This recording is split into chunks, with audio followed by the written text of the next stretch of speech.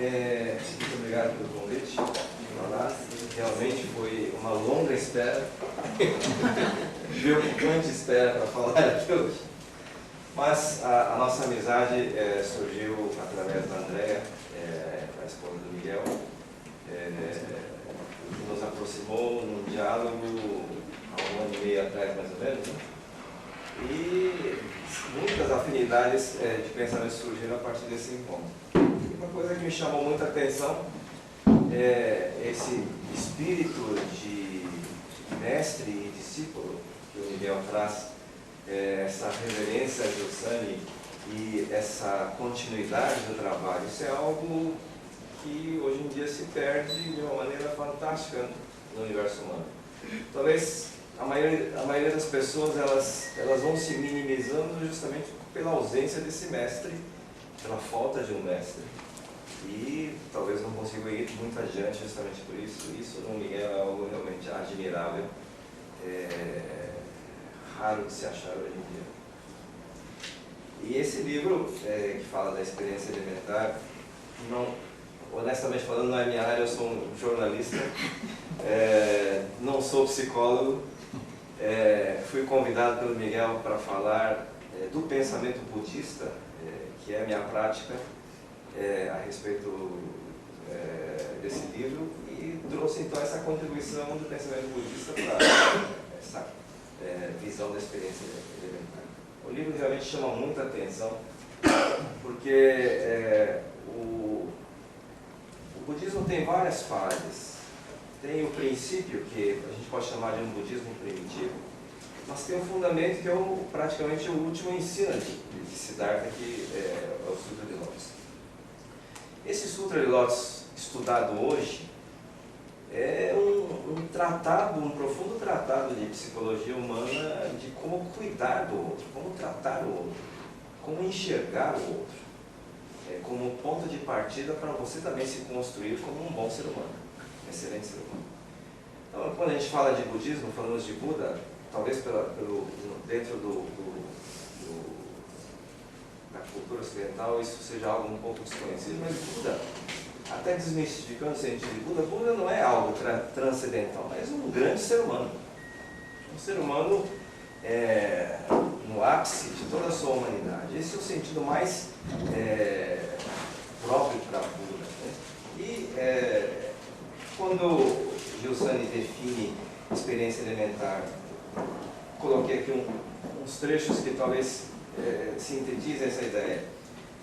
Designar o ímpeto original que está na base de todo gesto ou posicionamento humano, pelo qual a pessoa pode reconhecer suas exigências fundamentais de felicidade e de justiça. E mais adiante, Miguel vai adiante dizendo mais radicalmente ainda, a experiência elementar permite a compreensibilidade de si mesmo por parte do sujeito da ação. E insere cada experiência pessoal numa relação eu-tu, que é algo fundamental. E dentro do reconhecimento, que é o tema central do livro, Aprendendo a Reconhecer, a todos nós interessa reconhecer o que somos profundamente, porque nos interessa a realização enquanto pessoas. Então trata-se de aprender a reconhecer os elementos essenciais do nosso ser, aprender a reconhecer que somos exigência de felicidade, exigência de realização, de conhecimento, por exemplo, não como um setor isolado da vida, mas como expressão de uma exigência fundamental do nosso ser. E o Miguel falou dessa estabilidade interior em busca dessa experiência elementar. Do ponto de vista do budismo, nós podemos dizer que essa estabilidade interior é Buda. É uma capacidade humana de buscar essa estabilidade e de transformar isso num caminho também para os outros. Fundamentalmente, buscar essa estabilidade para então permitir isso aos outros, conceder a possibilidade também aos outros. E o que me chamou mais a atenção, talvez que vai mais direto ao fim do livro, quando cita as consequências do esvaziamento e reduções das questões humanas fundamentais, cita o texto de Giussani, que diz o seguinte: a experiência humana indica que quanto mais desejo houver, mais experiência de liberdade pode-se ter. pois nos sentimos livres pela satisfação de um desejo. A liberdade é a realização total de si. É para o homem a possibilidade, a capacidade, a responsabilidade de realizar-se. Experiência da verdade de si mesmo. A liberdade é tendente à realização, é propensão e adesão progressiva ao ser, é algo no vir a ser. O enfraquecimento da busca existencial e desejosa, por significado, resulta diretamente em perda da liberdade. Né? Se no contexto da nossa sociedade atual a gente enxerga uma extrema liberdade, talvez a gente possa fazer uma relação com esse pensamento de Gilson, dizendo que essa extrema liberdade, na verdade, leva o indivíduo a perder a sua liberdade justamente pela perda dessa identidade, profunda identidade com o ser humano. E a sociedade moderna parece caminhar de uma maneira insana para esse esvaziamento e reduções das questões humanas fundamentais, conforme o Gilson afirma. Olhando assim, pela perspectiva budista, o enfraquecimento dessa busca existencial e desejosa, conforme escreve Gilson, que resulta diretamente em perda de liberdade, está no fato do indivíduo estar cada vez mais distante do outro, distante de enxergar o outro como essencial para a busca da sua própria felicidade. E esse fato, segundo descreve o Sutra de Lotus, seria uma característica do nosso tempo, deste período, dos 1000 últimos anos e daqui para frente. Algo como assim, dado o grande conhecimento e a quantidade de informação, o indivíduo pautado pela sobrevivência, que basicamente é o pensamento da sociedade de mercado, e portanto então ancorado num profundo egoísmo e dirigido por um sentimento de ira que orienta a competição, ambos exacerbados, ampliaria ainda mais essa capacidade do ser humano de sofisticar a perversidade e então criar relações humanas cada vez mais difíceis, cada vez mais sofridas, angustiantes. E a sociedade contemporânea parece que aprendeu com muita profundidade a explorar os desejos. Vou fazer um parênteses sobre desejos, porque vida é relação constante com tudo. Raramente a gente para pensar na profundidade e na intensidade das relações que a gente tem todos os dias. Passamos ao largo porque temos que trabalhar, porque temos muitas outras coisas mais importantes para fazer. E no budismo primitivo, existia um princípio de que para atingir a felicidade era importante eliminar desejos. E a Siddhartha orientava isso naquela época, porque imaginem uma Índia há 3.000 anos atrás, completamente agrícola, sem tecnologia, então numa linguagem muito simples e de acordo com a compreensão, ele ia falando de como mudar os desejos.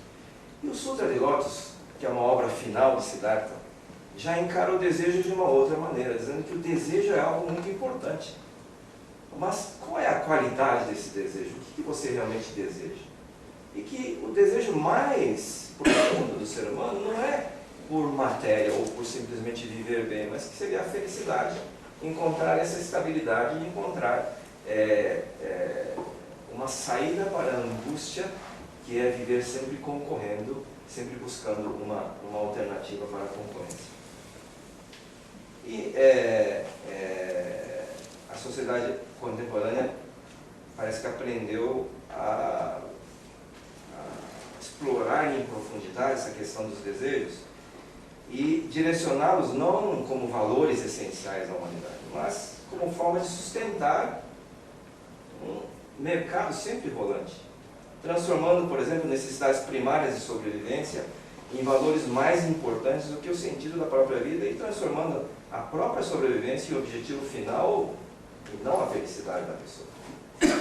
Então, sob o ponto de vista, tem uma comparação muito interessante que dá para fazer com o instinto de sobrevivência definido pela psicologia e o que o Buda dizia que era a origem dos sofrimentos. Então, o Buda dizia que o sofrimento ele tem origem na ilusão causada pelos ele chamava de 3 venenos, que é a avareza, a ira e a estupidez. E Maslow então descreve o instinto de sobrevivência em 3 instintos básicos, que é autoproteção, alimentação e reprodução, né? Se fizer um paralelo, a autoproteção equivaleria à ira dos 3 venenos, a alimentação equivaleria à avareza dos 3 venenos, a reprodução à estupidez dos 3 venenos, não no sentido pejorativo da palavra estupidez, mas aquilo que existe mais instintivo, mais primário. E, pautado por esse aspecto, o Buda dizia que o centro do instinto de sobrevivência era a ira. Então, pautado por essa ira, o indivíduo corre atrás da sobrevivência e vai criando relações cada vez mais difíceis, porque o outro sempre será um inimigo ou um concorrente, ele não tem tempo de observar o outro para então melhorar a si próprio. E um segundo, talvez importante ponto, é essa vida pautada pela sobrevivência, ela impede a pessoa de perceber a impermanência das coisas. Hoje nós temos, mas amanhã podemos não ter. Hoje se tem saúde, mas amanhã pode-se não ter. E quando o ser humano se descobre sem esses itens que ele considera a base da felicidade, começa a manifestar toda a sua vida miserável de ser humano que não construiu nada além de uma vida de concorrência. Então, nós temos valores de humanidade corrompidos por esse conceito de sociedade de mercado. Aparentemente, os indivíduos se isolam porque eles não confiam em ninguém. Ao se isolarem, eles têm uma falsa sensação de conforto e de segurança, de proteção. Mas, quanto mais se isolam, menor torna a sua humanidade. Mais difícil se torna o relacionamento. E quando começa a haver esse distanciamento, ao não conseguir enxergar adequadamente esse distanciamento do outro, a humanidade vai se tornando cada vez menor e ele não consegue descobrir esse ímpeto, não consegue perceber esse ímpeto, há algo no fundo, batendo no fundo da vida dele, dizendo: você deve avançar, você deve crescer, mas ele não consegue perceber isso. Então, por conceituar a felicidade como ter, empregar, vamos dizer assim, a sua energia para esse fim, gradativamente a pessoa, sem perceber, vai desenvolver uma incapacidade de lidar com a impermanência das coisas. E recorre, então, aqui eu recorro à citação de Giussani, ao esvaziamento e às reduções das questões fundamentais, como forma de confortar-se diante da drástica realidade que ele não consegue observar e avançar dentro dela. Isso, infelizmente, não escolhe classes sociais, nem nível de intelectualidade ou de formação. Então, essa impermanência se revela na perda, por exemplo, do valor individual, por exemplo, perda da colocação como uma incapacitação social, perda da saúde como uma incapacitação física, perda repentina de parentes e amigos, uma sensação de solidão por perda dos suportes primários e secundários da vida. E incorrendo então sempre numa constante insegurança e angustiante espera do futuro. E essa ideia, esse conceito da experiência elementar aplicada à psicologia é algo que eu diria poderia salvar muita gente no conceito da psicologia clínica, no trato da pessoa, no cuidado da pessoa, em respeitar esse outro que está diante de um profissional que ele tem a sua verdade, tem a sua capacidade. Talvez ele não saiba definir o que é. Por isso, na minha humilde e leiga visão de jornalista, pois não sou psicólogo, não é de admirar, como o Miguel citou nas suas palavras, esse aumento de comportamentos sociopatas que nós temos de uma maneira assim assustadora que a gente não consegue sequer pensar em como ajudar a mudar e melhorar isso, a não ser refazendo as nossas relações humanas, reconstruindo essas relações com foco de que o outro é um Buda. Ele tem esse potencial e é capaz de ser isso. E nós podemos ajudar a fazer isso. Esse livro fantástico do professor Miguel, relacionando diretamente a experiência alimentar à psicologia clínica, preenche, a meu ver, uma lacuna na abordagem adequada às vítimas que sucumbem em meio a essa realidade mutante e poderosamente violenta que violenta as pessoas todos os dias. Não tenho dúvida de que fará uma diferença consistente e enorme nos rumos do entendimento do paciente, por subjacentemente direcionar a visão dos profissionais da psicologia no trato desses seres humanos.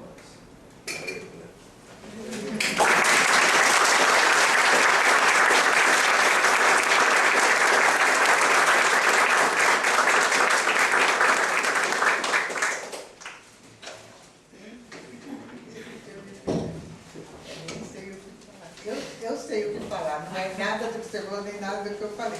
Mas assim, eu acho que é o modo com o qual eu estava vindo para cá, para uma celebração, né? Então a gente está aqui celebrando um livro, celebrando uma amizade, celebrando o nosso amigo Miguel, celebrando a capacidade dele de se comunicar maravilhosamente através do livro, através da palavra, né? E celebrando Dom Jussani, né, o nosso mestre inesquecível. Né? É isso. Obrigado.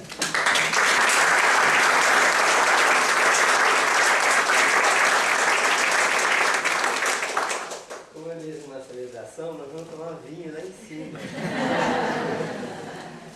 De 2 andares para cima, a gente vai poder continuar juntos e comentar tudo isso e se reencontrar. Vamos lá.